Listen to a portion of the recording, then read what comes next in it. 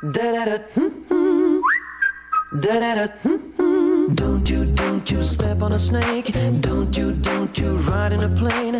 Don't you eat a steak. 안녕하세요. 건강한 한 주 보내셨나요? 생방송 건강클리닉 윤보리입니다. 내일은 서리가 내린다는 절기 상강입니다. 요즘 단풍도 빨갛게 무르익고 국화도 만개한 늦가을이죠. 하지만 이렇게 찬바람이 불기 시작하고 기온이 떨어지면 이 배뇨장애를 겪는 분들이 늘어나게 된다고 합니다. 소변을 보러 화장실을 자주 들락거려도 시원하지 않고 또 언제 어디서 소변이 새어나올지 몰라 일상생활에 문제가 되기도 하는데요. 60세 이상 남성의 절반 정도가 이런 배뇨장애, 전립선 비대증으로 인해 배뇨장애를 겪는 분들이 많다고 합니다. 그래서 오늘 생방송 건강클리닉에서는 중년 남성들의 질환, 전립선 비대증, 전립선 암까지 챙겨보는 시간 마련했습니다. 오늘도 여러분을 위한 2대의 상담 전화 활짝 열어놓고 있습니다. 259개 5100번, 5200번인데요. 방송 함께 하시다가 궁금한 점 생기시거나 평소에 전립선 질환에 대해 궁금한 점 있으셨던 분들 전화 주시면 자세한 상담 해드리겠습니다. 오늘 여러분께 친절한 상담 해드릴 전문의 선생님 모셨는데요. 관준호 비뇨기과 전문의 나오셨습니다. 선생님 반갑습니다. 네, 반갑습니다. 네, 오늘 주제가 많은 중년 남성들을 괴롭히고 있는 전립선 질환입니다. 선생님, 이 전립선이 무엇인지 어떤 역할을 하는지부터 설명해 주시죠. 예. 우선 여성에게도 전립선이 있는지 간혹 여쭤보시는 분들이 있는데요. 이 전립선은 남성에게만 있는 장기입니다. 전립선의 위치는 치골 바로 뒤쪽에서 위치 있고 방광 바로 아래쪽에서 요도를 둘러싸고 있습니다. 그 크기는 대략 15에서 20cc 정도로 밤톨만한 크기라고 생각하시면 되고요. 네. 그 기능은 정액의 상당 부분을 생성 분비하는 곳입니다.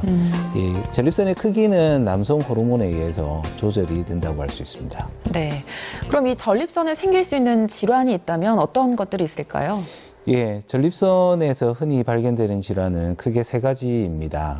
전립선염과 전립선 비대증 그리고 전립선암이 있습니다. 네. 이 전립선염은 대개 한 20대에서 40대 사이에 젊은 남성에서 호발하는 질환이고 대개는 만성적인 배뇨 증상을 일으키는 경우가 많습니다. 이 전립선 비대증은 네. 대개 한 50대 이후에 중장년층의 남성에서 나타나는 질환인데요. 역시 노화성 질환이라고 할 수 있고요. 역시 증상이 만성적으로 진행하게 됩니다. 전립선암은 최근에 이제 서구화된 식생활 등으로 인해서 급격히 유병률이 증가하고 있는 암종인데요. 네. 이게 조기에 이 임파절이나 또는 뼈 등으로 전이가 잘 되기 때문에 이 조기 진단이 굉장히 중요한 질환이라고 할 수 있겠습니다. 네, 전립선 비대증은 고혈압이나 당뇨병처럼 중년 남성들이 흔하게 겪을 수 있는 질병이라고 합니다. 전립선이 비대해져서 생긴다고 하는데요. 정확히 어떤 질환인가요?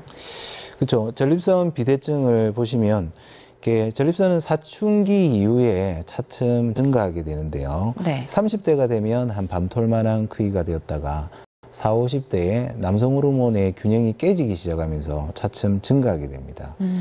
이 커진 전립선이 요도를 압박하기도 하고요. 또 방광을 직접 자극해서 이제 여러 가지 증상이 배뇨 증상이 생기게 되는데 이것을 우리가 전립선 비대증이라고 부릅니다. 네. 전립선 비대를 보시면 오른쪽 그림을 보시면 정상과 전립선 비대증에 대한 단면 그림인데요.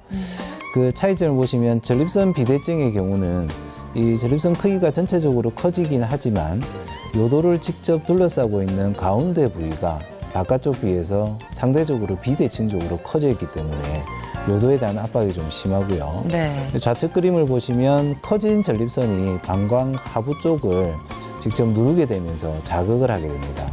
또 이로 인해서 여러 가지 방광 자극 증상이 나타나게 됩니다. 네.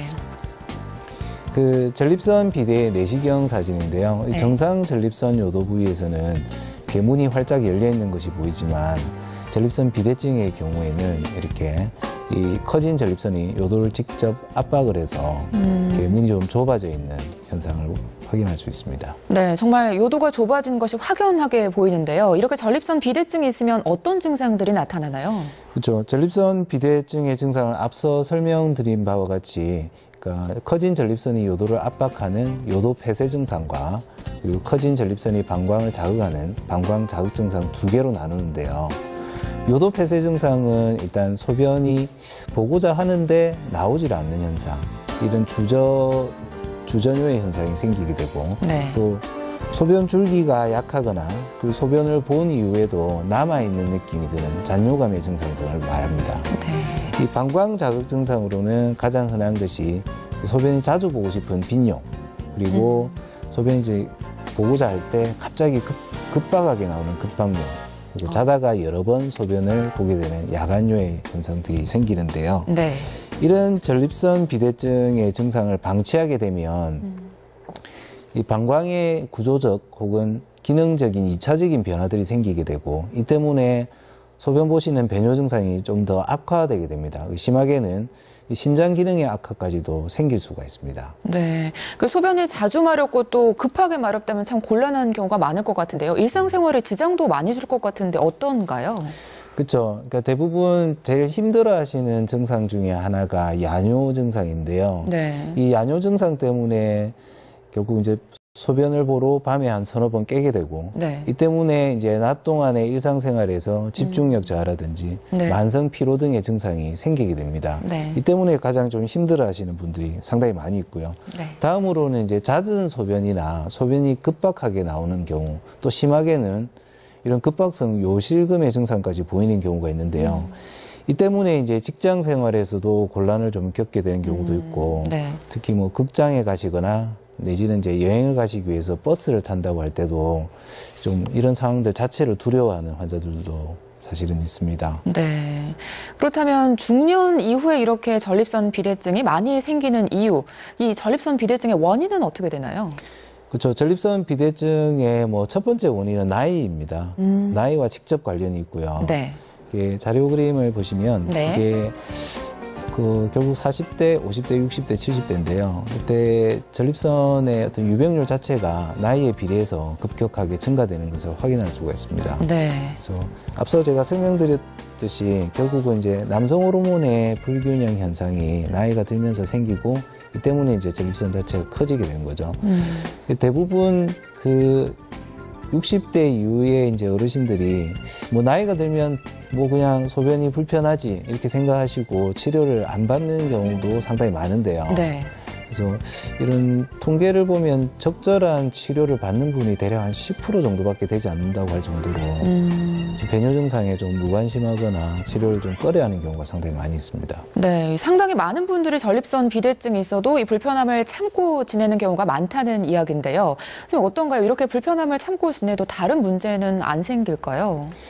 그렇죠. 이제 전립선 비대증의 증상을 방치하게 되면 처음에 가벼운 증상부터 차츰차츰 심해지게 되는데요. 그 네. 이유가 그러니까 전립선 자체에 커지는 문제뿐만 아니라 그에 따른 이제 방광의 구조적인 기능적 변화가 2차적으로 오기 때문입니다. 네. 그래서 배뇨 증상이 좀 더 심하게 되고, 이 방광의 수축력까지 저하되는 상태가 되게 되면 소변이 끝까지 다 나오지 않는 잔뇨 현상이 나중에 생기게 되는데요. 잔뇨는 또 다른 좀 심각한 문제를 또 만들게 됩니다. 네. 이게 소변이 끝까지 다 안 나오기 때문에 늘 소변이 좀 남아있고, 이 때문에 염증이 잘 생기거나 뭐 방광결석 등의 다른 합병증이 오는 경우가 많습니다. 역시 네. 심하게는 뭐 신장 기능의 악화까지도 오는 경우가 있죠.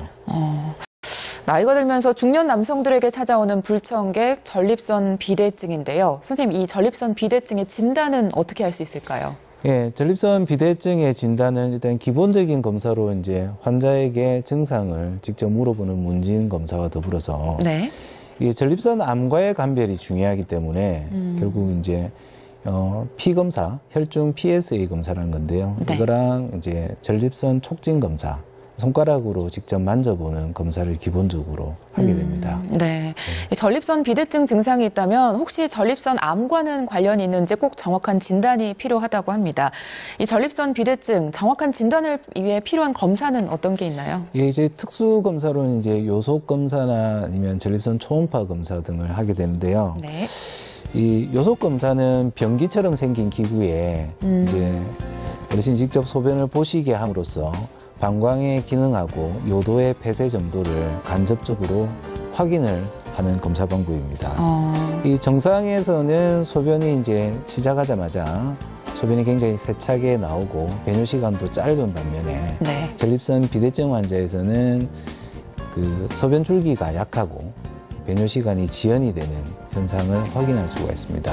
네, 이 전립선 암과의 구별이나 또 다른 질환이 있는지 여부를 확인하기 위해서는 초음파 검사를 하기도 한다는데요. 선생님, 이 비대증 진단을 위해서 있는 다른 검사 방법도 좀 소개해 주시죠. 예. 그 다음 그림 보시면요. 전립선 초음파 검사는 네. 항문을 통해서 시행하게 되는데요. 이 항문을 통해서 보는 이유는 네. 항문을 통해서 이제 직장으로 바로 보게 되면 전립선을 가장 이렇게 쉽고 빠르게 볼 수가 있습니다. 정확하게 볼 수가 있기 때문인데요. 네. 전립선 초음파 그림을 보시면 지금 상당히 좀 커져 있는 전립선의 모습을 볼 수가 있고 네. 그리고 내부에 이런 석회화된 병변 등을 역시 확인할 수가 있습니다. 네. 정확한 크기를 객관적으로 측정할 수가 있고 또 보시게 되면 위쪽의 방광 부분으로 전립선 비대증이 이렇게 돌출되어 있는 모습까지 또 확인할 수가 있습니다. 네. 생방송 건강클리닉, 오늘은 권준호 비뇨기과 전문의 함께 모시고 전립선 비대증, 전립선 암까지 알아보는 시간 마련하고 있습니다. 이 검사를 통해서 이제 전립선 비대증이 확인이 됐다면 전립선 암 그리고 치료를 생각해 봐야 될 텐데요. 하지만 실제로 많은 분들이 적극적인 치료를 하지 않고 있다고 합니다. 선생님 어떤가요? 치료를 이렇게 적극적으로 하지 않아도 괜찮을까요? 그러니까 전립선 비대증의 치료는 상당히 다양합니다. 네. 우선 뭐 단순한 경과 관찰부터 뭐 수술까지 당연히 있겠죠. 네. 전립선 비대증의 경우는 이 전립선 크기가 작고 그리고 증상이 아주 경한 환자의 경우는 실제로 증상 관찰만 하는 경우도 있습니다. 왜냐하면 그런 환자들의 한 절반 정도는 증상이 그대로 고정돼 있거나 악화되지 않고 또 이제 시간이 지나면서 오히려 증상이 좀 좋아지는 현상까지 나타나는 경우도 있기 때문에 네. 뭐 증상이 심하지 않다면 일단 경과를 관찰하는 것도 하나의 방법이고요. 근데 네. 대개 이제 병원에 오시는 분들을 저희가 증상을 확인해 보면 중등도 이상의 증상을 보이는 경우가 많기 때문에 대개는 뭐 약물 치료나 뭐 수술 치료 등의 다른 치료를 선택하게 되죠. 네. 뭐 앞서 전립선 비대증을 방치하게 될 경우에는 방광의 합병증까지 생길 수 있다고 하셨습니다. 그런 상황까지 가서는 안 되겠는데 그렇다면 치료는 어떻게 해야 될까요? 예, 그러니까 우선 약물 치료에 대해서 말씀을 드리겠습니다. 네. 약물 치료에서 제일 대표적인 약물은 크게 두 가지인데요. 하나는 전립선 내 평활근의 긴장을 완화시켜서 이제 압박하고 있는 요도 부위를 이렇게 풀어주는 그래서 소변이 좀 더 시원하게 네. 나올 수 있게끔 하는 약물과 더불어서 이제 커진 전립선 자체를 사이즈를 줄여주는 또 약물이 있습니다. 그 두 가지를 병행해서 쓰는 것이 가장 대표적이고요. 네. 그 외에 이제 그 방광 자극 증상인 빈뇨, 야뇨 등에 쓰이는 약물들, 다른 약물들이 좀 몇 가지가 있습니다. 네.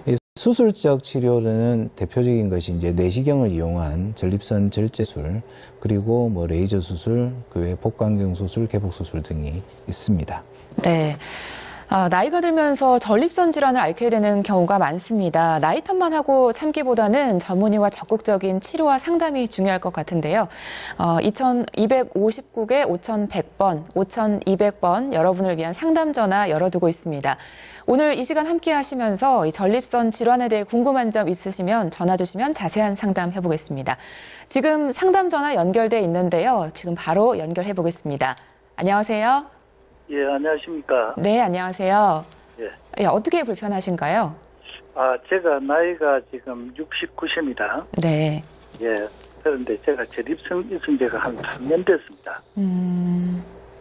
그런데 이 약을 3년 전에 약을 처방을 선생님한테 받아가지고 네. 계속 지금 그 약을 복용을 하고 있는데 요즘 와서 가을철이 조금 되는 것 때문에 조금 전립선이 심해가지고 예, 소변을 하는 것 때문에 좀 기끝이 안 좋습니다. 그거를 선생님한테 전립선 처방을 어떻게 받아야 되는지 3년 전에 받았던 것을 바꿔야 되는지 그렇지 않으면 전립선을 어떻게 좀 그렇게 해야 되나 좀 폰치는데 네. 좀 좋은 선생님 말을 좀 듣고 싶습니다. 네. 선생님 어떻게 보시나요? 예. 아버님 지금 연세가 69세시고요. 또 전립선 치료를 지금 3년 전부터 하고 있고, 가을 되면 증상이 악화된다고 말씀하시는데, 사실은 맞습니다. 아버님, 이게 전립선하고 방광 같은 이렇게 배뇨 시스템 자체는 저희가 자율신경계의 지배를 받고 있기 때문에 날씨가 추워지면 빈뇨나 또 야뇨, 또 잔뇨감 등의 증상이 좀 악화되는 경향이 있습니다. 그래서 그 어떤 시기별로 약물의 치료는 증상을 봐가면서 조금 조절할 필요는 있을 것 같고요. 그리고 3년 전에 검사랑 또 지금 현재 상태랑 다를 수가 있기 때문에 저희가 주기적으로 뭐 6개월이나 1년에 한 번씩 요속 검사나 초음파 검사들을 통해서 상태를 다시 한번 봐야 되거든요. 그래서 보고 그에 따른 약물들이 있습니다. 최근에는 이런 환자분의 불편한 증상의 포인트에 맞춰서 쓸 수 있는 약물들이 많이 이렇게 종류별로 다양하기 때문에 뭐 고통받지 마시고 의사 선생님하고 상담을 받으셔서 그 부분을 약을 적절하게 쓰시면 됩니다. 예, 감사합니다. 예, 감사합니다. 예, 감사합니다. 예, 오늘 전화 고맙습니다. 네, 선생님 아까 이제 전립선 약물 치료 방법에 대해 말씀하셨는데요. 약을 먹는 경우는 언제까지 먹어야 되는지 궁금한데요. 치료 기간이 어떻게 될까요? 예, 제가 제일 많이 받는 질문 중에 하나인데요. 아, 그런가요? 예. 네. 왜냐하면 이제 결론부터 말씀드리자면 네. 전립선 비대증 약은 이제 고혈압 당뇨약처럼 계속해서 쓰는 경우가 훨씬 많습니다. 그 이유는 전립선 비대증이란 질환 자체가 만성 노화성 질환 중에 하나이기 때문에 실제로 뭐 나이가 들에 따라서 증상이 악화되는 경우가 더 많고, 네. 또 일시적으로 약을 써서 증상이 좀 호전되었다 하더라도 뒤에 이 방광의 또 노화성 변화 등으로 인해서 배뇨 증상이 악화되기 때문에 결국은 약을 계속 쓰는 경우가 사실은 많습니다. 네. 또 전립선 비대증이 심한 경우라는 수술도 생각해 보셔야 된다고 했는데요. 전립선 비대증에 수술이 필요한 경우, 이 경우는 또 어떤 게 있을까요? 그렇죠. 이제 전립선 비대증에 있어서 반드시 수술을 고려해야 되는 경우가 몇 가지가 있는데요. 네. 제일 대표적인 것이 이제 소변을 전혀 보지 못하는 상태를 우리가 요폐라고 합니다. 네. 이러한 요폐 증상이 반복적으로 발생되는 경우라든지, 아니면 그 전립선 비대 때문에 출혈이 계속 반복해서 생기는 경우, 그리고 배뇨 증상이 아주 악화되어서 참기가 좀 힘든 경우, 요로감염이나 방광결석 등의 다른 합병증이 있는 경우라든지, 이 신장 기능의 악화 등으로 이제 수술을 고려해야 되는 경우가 있습니다. 또한 그 약물 치료의 부작용이나 또는 약물을 계속 복용할 수 없는 환자, 네. 약물 치료를 해도 전혀 반응이 없는 환자, 이런 경우에는 이제 전립선 비대증 수술을 고려해야 되겠죠. 그럼 이렇게 전립선 비대증으로 수술을 하게 된다면 어떤 방식으로 하게 되는지 또 궁금한데요. 그렇죠. 이제 가장 흔히 시행되고 표준적인 치료 방법이라 할 수 있는 게 내시경을 이용한 경요도 전립선 절제술이라는 것인데요. 네. 이 그림에서 보듯이 그 기구를 요도를 통해서 이렇게 삽입을 한 다음에 이 압박하고 있는 전립선 부위를 이렇게 잘라내는 방법입니다. 네. 최근에는 이제 레이저 기구라든지 이런 것들이 많이 발달됐기 때문에 보다 좀 더 큰 전립선 비대증에 대해서도 좀 안전하게 시술을 하고 있는 상태입니다. 네. 이 전립선 비대증으로 수술까지 했다면 다시 재발할 걱정은 없을까요? 아니면 또 재발에도 신경을 좀 써야 될까요? 그렇죠. 이제 전립선 비대증 수술이라는 것이 사실 기본적으로는 요도를 압박하고 있는 전립선 부위를 절제해 주는 것이기 때문에 네. 전립선을 통째로 제거하는 것은 아닙니다. 그래서 특히 아까 맨 처음 말씀드렸듯이 전립선 비대는 요도를 직접 둘러싸고 있는 이 중앙 부위를 전환대라고 하는데요. 이 부위를 제거하는 것인데요. 내시경 시술로 사실 이걸 완벽하게 제거하기는 힘들기 때문에 네. 대략 한 5년 정도가 지나면 10% 정도에서 재발할 수 있다고 합니다.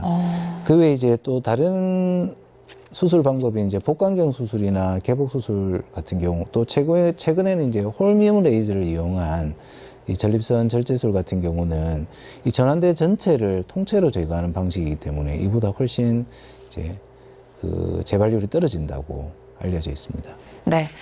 생방송 건강클리닉, 오늘은 전립선 질환, 전립선 비대증, 전립선 암까지 알아보는 시간 마련하고 있습니다. 259개 5100번, 5200번 상담 전화 열려 있으니까요. 방송 함께 하시다가 궁금한 점 생기시면 언제든 전화 주시면 상담해드리겠습니다. 지금 또 한 통의 전화가 연결돼 있는데요. 전화 연결해서 상담해드리겠습니다. 여보세요? 예. 네, 안녕하세요. 여보세요? 예, 어디가 불편하신가요? 요 전립선 비대증 그러는데요. 네. 내재 수술을 3번 받았습니다. 아, 3번이나요? 3번 받았는데, 네. 70만 수술 받았는데, 네. 처음은 한 달 만에 재발하고, 그 다음은 한 6개월, 네. 그 다음은 9개월. 네. 그래가지고 지금 저 약을 먹고 있습니다. 예. 네. 예, 아버님 혹시 그 레이저 수술 어떤 레이저 수술 받으신지 기억하십니까? 뭐 KTP가 모르겠네요. KTP 레이저 시술이었겠죠. 예. 예. KTP 레이저 시술이 비교적 좀 뭐 안전하고 또 다른 수술에 비해서 간단한 방법이긴 하지만 실제로 이게 재발률이 좀 높은 시술 중에 하나입니다. 그래서 최근에는 좀 많이 시술을 잘 안 하는 시술 중에 하나이고요. 네. 예. 그래서 증상의 재발을 경험하셨다는데 이러한 증상 재발이 어떠한 증상이었습니까? 혹시 빈뇨나 뭐 야간뇨, 절박뇨 등의 어떤 방광 자극 증상이 아니셨는지요? 소변이 잘 안 나오거든요. 잘 안 나왔었어요. 소변이 잘 안 나오는데 1개월 만에 재발한 것도 똑같고, 예. 6개월, 9개월 한 것도 똑같아요, 증상이. 그렇죠. 예. 그래서 뭐 전립선 비대증이 그러니까 앞서 제가 설명드렸듯이 약물 치료와 수술 치료가 있지만 네. 약물 치료가 안 되면 무조건 수술 치료 또는 약물 또는 수술 치료는 아닙니다. 실제로 전립선 비대증의 증상이 수술로 다 완벽하게 해결이 잘 안 되기 때문에 네. 왜냐하면 방광의 어떤 기능적 변화들이 수반되어 있으면 이거는 수술로서 해결이 되는 게 아니거든요. 그래서 기본적으로 사실 약물 치료를 하고 그래서 아버님 같은 경우는 지금 반복해서 레이저 수술을 3번이나 받았다 하셨는데 조금 이런 경우는 이제 수술 후에 합병 정도 생각을 해보셔야 되거든요. 그래서 지금 뭐 요도가 좁아졌다든지 아니면 다른 합병증이 있는지 그런 것도 한번 볼 필요가 있을 것 같습니다. 지금 아버님. 63세 한번 했고, 예. 지금 내가 79살이거든요. 79살요? 예. 아, 예. 그래 이제 제보를 했어요. 아, 그랬었어요. 일단 이거는 한번 전립선 상태를 다시 한번 볼 필요는 있을 것 같아요, 아버님. 검사를 한번 받아봐야 되는데요. 예. 네, 더 궁금하신 점 있으신가요? 됐습니다. 알겠습니다. 예, 오늘 전화 고맙습니다. 고맙습니다. 네. 네, 다음 상담 전화 연결돼 있는데요. 전화 받아보겠습니다. 여보세요? 네. 네, 안녕하세요. 네. 예, 어떻게 불편하신가요? 내가 전립선 수술한 지 몇 년 됐는데 네. 며칠 전에 네. 거북해가지고 네. 병원에 소문이 아주 가늘게 나오면서 이제 요도에 염증이 해가지고 그 병원에 며칠 입원했다가 네. 한 3일 입원했다가 좀 나아가지고 나왔거든요. 네. 나가지고 거기에 약을 먹고 있다가 그거는 전문적인 이 비료기 가스이 아니고 네. 병원이 아니고 그래 내가 그 동네 또 전문에 내가 맨날 땡기대 주치의가 있거든요. 예. 근데 거기 갔더만은 그 약을 또 새로 처방을 이제 일주일 분을 해가지고 지금 먹고 있거든요. 먹고 있는데 네. 지금은 이제 그 약을 먹으니까 소변도 좀 많이 나오고 좀 네. 그 소변기도 많이 불붙이고 좋은데 네. 첫째는 얼굴이 딴 데는 그래도 얼굴이 좀 저거는 뭐 부수간이 그래요. 붓는 거세요? 그래서 딴 거는 내 얼굴 붓는 그게 좀 내가 걱정이 돼가지고 전화를 드렸는데요. 좀 어떻게 보시나요? 예, 아버님 그 약 드시고 나서 얼굴이 붓는 것 같아요? 아니 말고 해야지. 예. 그 전에부터 요번에 제 전립선 갈 때부터 이제 얼굴이 조금 부었는데. 네. 자고 나면 좀 붓고 조금 오후에 되면 조금 약간 빠지는 것 같고 그래서 내가 이 딴 데가 이상이 있는가 싶어서 내가 이 방송을 지금 보고 있거든요. 네. 예, 아버님 혹시 얼굴 말고 다리 부위는 어떻습니까? 다리에는 다리는 붙지 괜찮고. 아, 그래요? 아, 내가 예. 지금 그리고 내가 지금 암 투병 중이거든요. 어떤 암으로 투병 중이십니까? 예? 어떤 암으로 투병 중이신가요? 대장암 그 수술은 제가 한 2년 딱 됐거든요. 예. 근데 내가 뭐고 수술로 몇 번 실패한 바람에 예. 마취를 많이 하고 고생을 많이 했거든요. 예, 아버님 일단 저희 그 대장암 부분까지 제가 설명을 드릴 수는 없지만요. 그거는 예.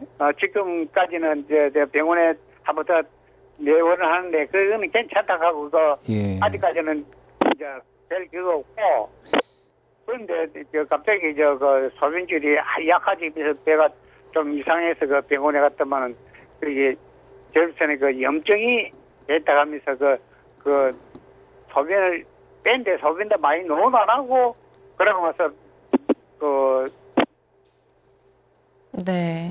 며칠 그 병원에 있다가 나왔는데 그래가지고 지금 그 동네 그 비루기과 그 약을 처방받는데 한 일주일 있다가 또 오락해서 지금 기다리고 있어요. 며칠로 있다가 하면 내원을 할 건데 예. 내가 제일 의심스러운 거는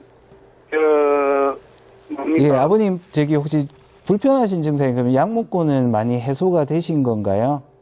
조금 해소됐는데 예. 얼굴이 이제 붓는 게 제일 그렇죠. 겁이 그거는 나가지고. 예, 조금 다른 검사를 추가적으로 부종에 대한 검사를 해보셔야 될 것 같고요. 예, 그러셔야 될 것 같습니다. 우선 약물 잘 쓰시면서 예. 배뇨 증상을 조금 조절을 먼저 하세요. 예, 이거 하고 얼굴 붓는 거는 어디서 오는 겁니까? 글쎄요, 지금 망상에서 오는 겁니까? 예, 다리 쪽에 붓지 않고 이런 걸로 봐서는 단순히 얼굴만 붓는다면, 그래서 이게 뭐 신장 기능이 악하나 뭐 이런 소변을 못 봐서 붓거나 그런 것 같지는 않습니다, 아버님. 그러니까 이제 제일 겁나는 게, 병원에서 그럽니다. 그 다리를, 보자 그래, 다리는 아무 이상이 있거든요. 네. 예, 그래요. 그래서 얼굴 붓는 게, 내가 젊을 때부터, 제가 젊을 때는 항상 그럴 때 젊을 때는, 술도 좀 하고, 했기 때문에, 남한사람 가더니 술 많이 하면 안 된다. 그때는 이상해서, 네. 캔을 먹었는데, 예. 얼굴 붓는 건 별로, 땀 검사를, 어떤 검사를 해야 되겠는고, 글쎄요, 그건 내과 선생님하고 한번 상의를 해보시고 혈액 검사를 좀 해봐야 될 것 같습니다. 혈액 검사에. 네. 네, 가까운 병원에 가셔서 상담을 더 받아보시는, 정확한 진단을 받아보시는 게 더 좋을 것 같고요. 얼굴 붓는 거는 비뇨기과 가는 게 아니고 내과 가야 되겠네요. 네, 그렇습니다, 아버님. 내과에서 혈액 검사를 받아보시는 걸 추천한다고 하시네요. 네, 아버님 궁금하신 점 풀리셨나요? 예, 그래서, 네. 요거 들어보면 심장 기능도 나빠진다 하고, 콩팥도 망가진다 하고, 그러는 게 내가 큰일 네. 나네요. 병원 가셔서 더 정확하게 검사 통해서 이 진단 받아보시는 게 더 좋을 것 같습니다. 예, 알겠습니다. 예, 오늘 전화 고맙습니다. 예. 네. 네, 생방송 건강클리닉 오늘은 권준호 비뇨기과 전문의 모시고 전립선 비대증, 전립선 암까지 알아보고 있는데요. 이 비대증이 생각보다 아주 흔한 질환입니다. 선생님, 이걸 혹시 예방할 수 있는 방법이 있을까요? 예, 이게 전립선 비대증이 이제 그 고지방, 고콜레스테롤의 음식하고 관련이 좀 많기 때문에 네. 육류의 섭취를 가급적으로 좀 줄이시고 야채나 과일, 생선 등의 섭취를 늘리시는 게 좋습니다. 네. 이 비만과 또 관련이 있기 때문에요. 정상 체중을 유지하도록 노력하시고 특히 내장 지방을 줄이도록 운동을 열심히 해야 되겠죠. 네. 전립선 비대증이 있는 분들이 평소에 주의해야 할 점, 지켜야 할 수칙 같은 건 있을까요?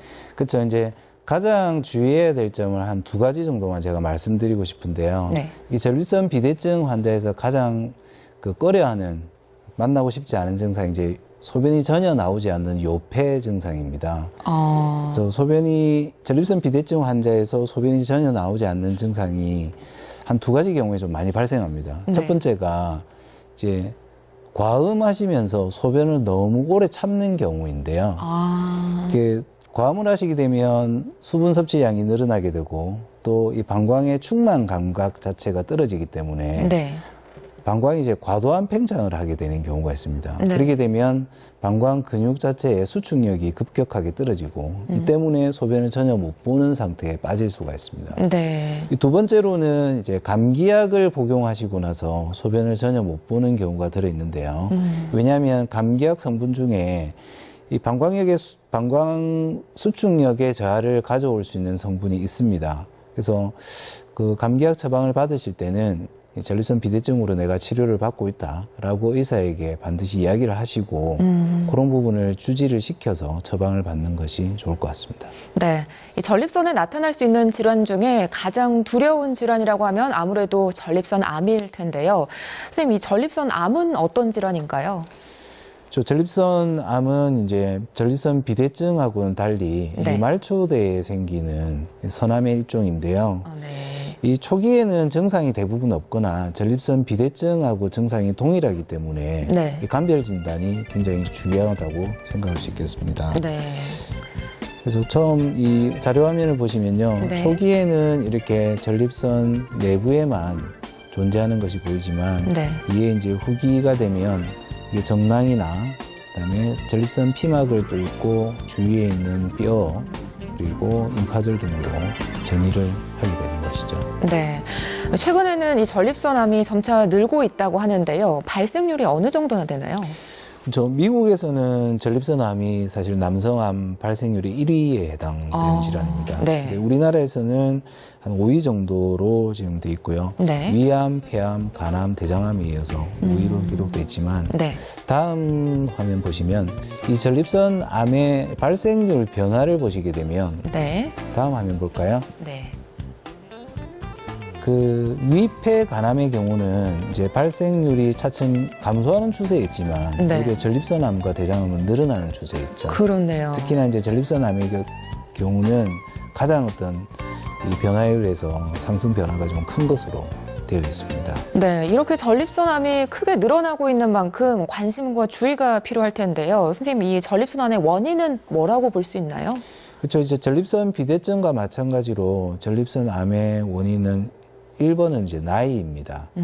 그 다음으로는 이제 그 가족력과 뭐 다른 기타 원인들이 있겠지만 이 전립선암은 45세 이전에는 상당히 좀 드문 편으로 되어 있고요. 네. 대개 60세 이후에서 발병 유병률이 이제 증가하는 것으로 알려져 있습니다.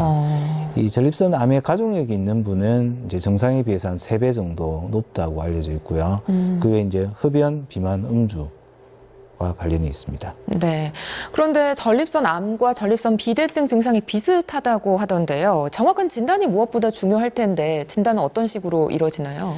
그렇죠. 전립선암은 우선 이제 가장 중요한 것이 그 혈중 PSA 검사라는 것인데요. 이거랑 이제 그 손가락 촉진 검사로 네. 암이 혹시 의심되는 부위가 만져지는지 이걸 확인하는 것이 가장 중요합니다. 네. 이러한 두 가지 선별 검사로 의심이 되는 경우에는 네. 이제 전립선 초음파를 이용한 조직 검사를 일반적으로 시행합니다.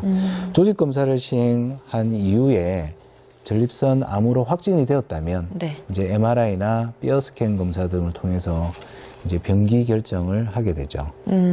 이렇게 전립선암으로 진단이 된 경우라면 앞으로 치료는 어떻게 해야 될까요?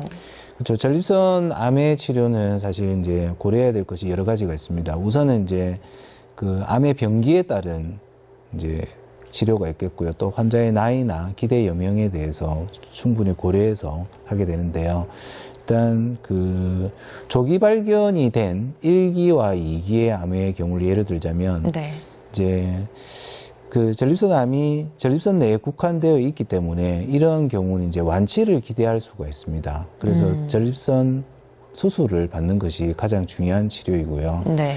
그다음에 이제 3기의 경우는 이제 악성도가 낮고 그리고 그 정낭에 침범 없이 피막에만 침범이 있는 경우라면 네. 이제 그 방사선 치료와 항암 치료와 더불어서 수술 치료를 고려할 수가 있습니다. 그 외에 이제 기수가 좀 더 높은 경우는 전이성 전립선 암이라고 하는데요. 이러한 경우는 이제 남성 호르몬 차단 치료를 합니다. 이 전립선 암의 어떤 특징이 남성 호르몬 의존성 암이기 때문에 네. 남성 호르몬을 생성 차단하게 되면 전립선 암의 진행을 막거나 이 속도를 늦출 수가 있습니다. 그래서 일단 진행이 이 느린 편에 속하기 때문에 네. 전립선 암은 네. 기대 여명이 한 10년 이상이고 그리고 뭐 전립선 내에 국한된 암종이라면 수술 치료를 반드시 받는 것이 중요합니다. 그렇다면 앞서 살펴본 전립선 비대증으로 이 전립선 절제 수술을 받은 분이라면 앞으로 전립선 암에 대한 걱정은 안 해도 되는 걸까요? 그렇죠. 이제 전립선 비대증하고 전립선 암이 사실 좀 다른 질환이듯이 네. 발생 부위도 또 차이가 좀 있습니다. 전립선 비대증은 이제 요도를 직접 둘러싸고 있는 전환대에서 주로 생기고요. 전립선 암은 말초대에서 주로 생기기 때문에 네.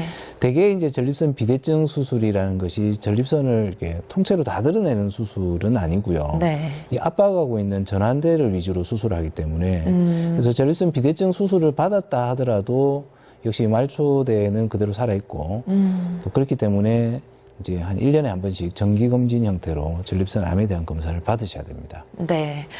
생방송 건강클리닉, 오늘은 전립선 비대증 그리고 전립선 암에 대해 살펴보고 있는데요. 지금 계속해서 상담 전화 받고 있습니다. 259개 5100번, 5200번 이곳으로 전화 주시면 자세한 상담 해드리겠습니다. 지금 상담 전화 걸려와 있는데요. 전화 받아보겠습니다. 여보세요? 여보세요. 네, 안녕하세요. 수고하십니다. 네, 어떻게 불편하신가요? 저는 야간노 때문에. 네네. 있습니다. 네. 지금 불편한 거는 야간노 보통 하루 저녁에 2번, 3번 정도는 2번 아니면 3번 일나거든요. 네. 보통 그전에는 2시간 간격으로 주로 일어나다가 그 TV 내가 건강 프로를 많이 보는데 보니까 네. 그 자욕을 많이 하라 써놨어. 아침마다 자욕을 한 10분간 하거든요. 네. 그리고 요새는 조금 한 3시간, 2시간 반에서 3시간 정도까지도 갈 때도 있고 그러고. 그런데 그게 뭐 비뇨기과 다니면서 약도 여러 군데 다니면서 약도 많이 먹어보고 저는 합천인데 그 창도 다니보고 진주도 다니보고 여러 다녔는데 그게 호가가 없어요. 아이고. 그렇죠. 아버님 그 야뇨 때문에 많이 고통을 받으시는 분이 상당히 좀 많습니다. 잘 나오는데. 그렇죠. 예. 그래서 이제 그 우리가 야뇨를 평가할 때 그러니까 전립선 비대증으로 접근을 물론 해야 되겠지만 우리가 몇 가지 다른 것도 좀 생각을 해봐야 되거든요. 그러니까 하나는 이제 수면 장애와 관련이 있는지, 그러니까 무슨 말이냐면 그냥 나 잠이 안 와서 깬김에 화장실 가는 건지 이런 것들을 우선 점검을 먼저 해봐야 되고요. 두 번째는 이제 야간 다뇨 현상이라고 하는데요. 그 이제 어떤 환자분들 중에는 야간에 소변 양 자체가 많아서 결국 여러 번 가게 돼야 되는 경우가 있습니다. 이게 무슨 말이냐면 우리가 젊은 사람들 같은 경우는 뭐 물을 잔뜩 먹고 자도 아침에 가서 소변을 보게 되는데요. 그 이유는 밤 동안에 이제 우리가 뇌에서 항이뇨 호르몬이라는 게 나오죠. 그것 때문에 이제 소변을 적게 만들어라는 신호가 나와서 실제로 밤 동안에는 소변을 좀 적게 만드는데요. 근데 이제 나이가 드시면서 이러한 항이뇨 호르몬의 분비가 떨어지게 되면 소변 양도 많아지고 그래서 이제 뭐 낮처럼 2-3시간에 한 번씩 이제 소변을 보게 되는데 그 양이 좀 상당히 많다면 야간 다뇨 현상을 한번 생각을 해봐야 될 거고요.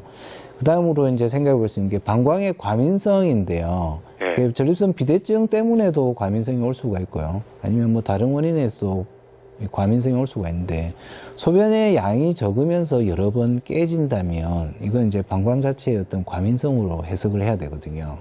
이게 어떠느냐 따라서 사실은 야뇨는 컨트롤하는 접근법을 조금 달리해야 됩니다. 그래서 가장 대표적인 이제 이게 야뇨에 대한 진단법이 야간 배뇨일지라는 게 있어요, 아버님. 그 자기가 직접 소변 본 양을 이렇게 적어보는 거예요, 시간하고. 그거를 한 2-3일 정도 체크를 해보시면 내가 이게 야간 다뇨 때문인지 방광의 과민성 때문인지 이런 것들 좀 점검해 볼 수 있고요. 수면 장애가 있는지 없는지도 좀 상당히 중요한 포인트입니다, 아버님. 그런데 여보세요. 네. 네. 그런데 그 종합 검진해가 이거 복부 초음파를 해보면 신장이고 방광에 아무 이상이 없다 그던데 전립선이. 그렇죠. 예. 초음파나. 아, 그렇죠. 초음파로 우리가 기능을 다 살펴볼 수는 없기 때문에요. 네. 그렇습니다, 아버님. 더 궁금하신 점 있으신가요? 네, 알겠습니다. 예, 오늘 전화 고맙습니다. 네, 감사합니다. 네. 네, 지금 전화가 계속해서 걸려오고 있는데요. 다음 상담 전화 받아보겠습니다. 여보세요? 여보세요. 네, 안녕하세요. 수고 많으십니다. 예, 어디가 불편하신가요? 저는 예, 네. 1년에 2년 전부터 1년에 한 번씩 비대증이 있는 거 이걸 검사를 항문으로 해서 한번 받아봤거든요. 네. 근데 이제 그러고 나서 재작년까지 받았는데 올게 이제 담담이 걸려가지고 예. 담담이 걸려가지고 수술해서 이제 지금 1년 안 되고 한 지금 12월 2일 날 수술을 했기 때문에 12월 2일 날 되면 1년이거든요. 그런데 네. 예, 그런데 이제 지금 소변을 하게 되면 예, 끝에서 조금 뭐 뚝뚝 떨어지는 그게 현상이 나타나서 한번 알아보려고 그래요. 예. 아버님, 그 증상을 우리가 배뇨 후 점적 현상이라고 하는데요. 예. 전립선 비대증의 증상 중에 이제 요도 폐쇄 증상에 사실 해당합니다, 아버님. 그리고 이제 1년에 한 번씩 검사를 받으신다고 하셨는데요. 상당히 잘 하고 계시고요. 그래서 지금 뭐 시간이 괜찮으시다면 근처에 비뇨기과 가셔서 전립선 비대증에 대한 검사 한번 더 받아보시고 요속 검사 이런 걸 통해서 방광 기능을 좀 간접적으로 평가하는 검사 등이 있거든요. 요런 거랑 초음파랑 한번 받아보시는 게 좋을 것 같습니다, 아버님. 근데 저 한 가지 더 여쭈고는 네. 담담 수술을 이제 하고 나서 그런 현상이 이제 되거든요. 아, 예, 뭐, 물론 이제 그런 경우도 있습니다, 아버님. 이게 수술할 때, 그러니까 보통 유치도뇨관 같은 거를 안에 이제 호수를 집어넣는 경우도 있고요. 네. 그래서 이제 뭐 그런 것 때문에 이제 일시적으로 그 요도나 방광 쪽에 자극이 돼서 예, 그런 걸 호소하시는 분들도 있어요. 그래서 또 뭐 물론 뭐 아버님이 쓰시는 약들, 뭐 마취약도 마찬가지고 이제 수술 후에 쓰는 여러 가지 약들이 배뇨 증상을 악화시킬 수도 있는데요. 예, 그런 부분은 한번 검사를 해보고 뭐 크게 이상이 없다면 또 그 부분을 해소시키는 약이 또 있어요, 아버님. 그래서 그런 걸 또 단기간 또 드시는 것도 방법입니다. 예, 그리고 네. 죄송하지만 한 가지 근데 저기 그 받을 때 항문으로 해서 또 그걸 확인할 수 있습니까? 아, 예. 보통은 전립선은 일반적으로 이제 경직장 초음파. 알아보러 갈 때 항문으로 하던데. 예, 맞습니다. 경직장 초음파가 정확하기 때문에 그쪽으로 검사를 많이 합니다. 그래, 그때 보니까 무엇이 조금 나이 대해서는 뭐 아직 괜찮다고 조금 무엇이 넓어졌다고 뭐 그런 말을 하던데. 아, 예. 그럼 아마 괜찮으시다는 말씀인 것 같습니다. 예, 그럼 1년에 한 번씩 그걸 받아봐야 되겠네요. 예, 아버님. 예. 네, 고맙습니다. 오늘 전화, 예, 고맙습니다. 고맙죠. 네. 예. 네, 계속해서 상담 전화 한 통 더 받아보겠습니다. 여보세요? 예, 네, 안녕하세요. 예, 저는 예. 70살 먹는 사람인데요. 네. 1년 반쯤 됐는데 네. 병원에 가니까 전립선 암이라 했어요. 그래서 그에 따른 약을 갖다가 지금까지 호르몬 주사하고 지금 받고 있는데 네. 지금 소변이 그게 전적으로는 잠을 못 자겠어요. 계속 이게 소변이 마렵고 이래가지고 네네. 상당히 양은 양도 좀 많이 놓을 뿐더러 가늘게 놓아요. 또 그렇고 몸이 조금 그게 붓는 상 같고 또 이제 뼈 같은 데 있는데 다리 같은 데 있는데 조금 저리고요. 그런 상황입니다, 지금. 예, 아버님, 지금 연세가 70살이시라고 하셨죠? 예. 아버님, 그때 진단 당시에, 죄송하지만 병기가 어느 정도 되는지 혹시 아시는 바가 있습니까? 그거는 아직까지 내가 그걸 기억을 못해, 병기가. 못하시겠습니까? 아버님 혹시 뭐 뼈로 전이가 됐다는 말씀? 예, 그런 이야기 들었습니다. 폐하까지 전이가 됐다. 폐까지요? 그래서 약물하고 지금 이게 병행해서 먹는데. 예. 지금 치료받으신 지는 그러면 1년 되신 거예요? 한 1년 됐어요. 그렇죠. 그러니까 지금 아버님의 경우는 이제 전이성 전립선 암에 해당하고요. 이런 경우 이제 뭐 표준적인 치료 방법이 항호르몬 요법인데요. 남성 호르몬 차단 치료죠. 남성 호르몬 차단 치료는 지금 뭐 여러 가지 증상을 좀 많이 완화시키거든요. 커진 전립선 크기도 많이 줄일 수 있고 또 뼈로 전이된 부분도 이렇게 암세포를 많이 이렇게 죽여주기 때문에 그래서 이게 지금 받으시는 치료가 가장 이제 이상적인 치료가 맞습니다. 맞고 지금 불편해 하시는 증상은 이제 야간 빈뇨 현상인데요. 이제 야간 빈뇨 현상은 사실은 약으로서 조절을 좀 해야 될 부분이거든요. 그러니까 호르몬 치료와 더불어서 이렇게 전립선 비대증과 쓸 수 있는 보통 약들을 같이 혼합해서 쓰는 경우가 있고요. 만약에 이제 이런 증상이 낮 동안에도 혹시 똑같은 증상이 발생하나요? 거의 낮에도 조금 그게 오는 것 같아요. 오줌 줄기가 많이 약해요? 몸에 살이 붙고. 또 이제 뭐냐면 내가 그게 산에를 왔다 갔다 하는데, 그런데 이 양무릎이 조금 안 좋네. 대퇴부하고 볼 줄 알고. 그렇죠. 이제 뭐 운동하시면 이제 무릎 관절 쪽은 안 좋으실 수 있고, 그 오줌 줄기가 낮에도 여전히 약하십니까? 그러면 이제 뭐 필요에 따라서는 저희가 이제 어떤 보존적 치료법으로 이렇게 수술을 하기도 하거든요. 비대된 전립선을 이제 증상 완화 목적으로 그러니까 비대증 치료하듯이 이렇게 이제 요도를 압박하고 있는 전립선 부위를 조금 절제해 주는 방법도 있습니다, 아버님. 근데 그거는 이제 아까 말씀드린 이제 전립선 암 치료는 사실은 아니고요. 그러니까 증상 완화요법으로 볼 수 있거든요.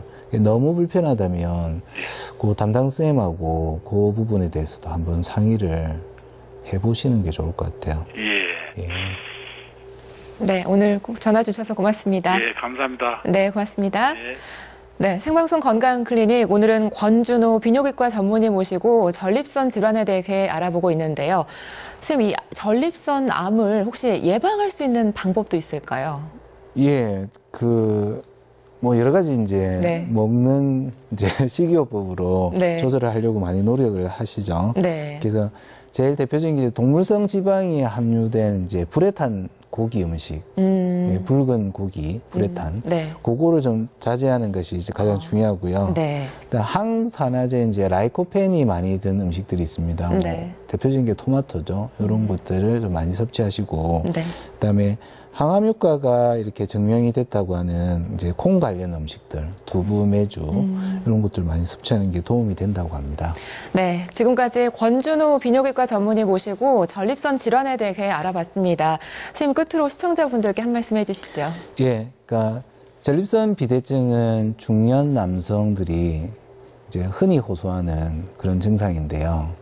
나이 들면 다 그렇지 그러면서 이제 별다른 치료를 받지 않는 경우가 상당히 많이 있습니다. 하지만 전립선 비대증은 전립선 암과 반드시 감별을 해야 되는 질환이고 적절한 진단과 치료를 통해서 전립선 비대증을 치료를 하는 것이 중년 이후에 이제 보다 시원한 삶을 사는 방법이라고 생각됩니다. 네, 선생님 오늘 말씀 고맙습니다. 네, 감사합니다.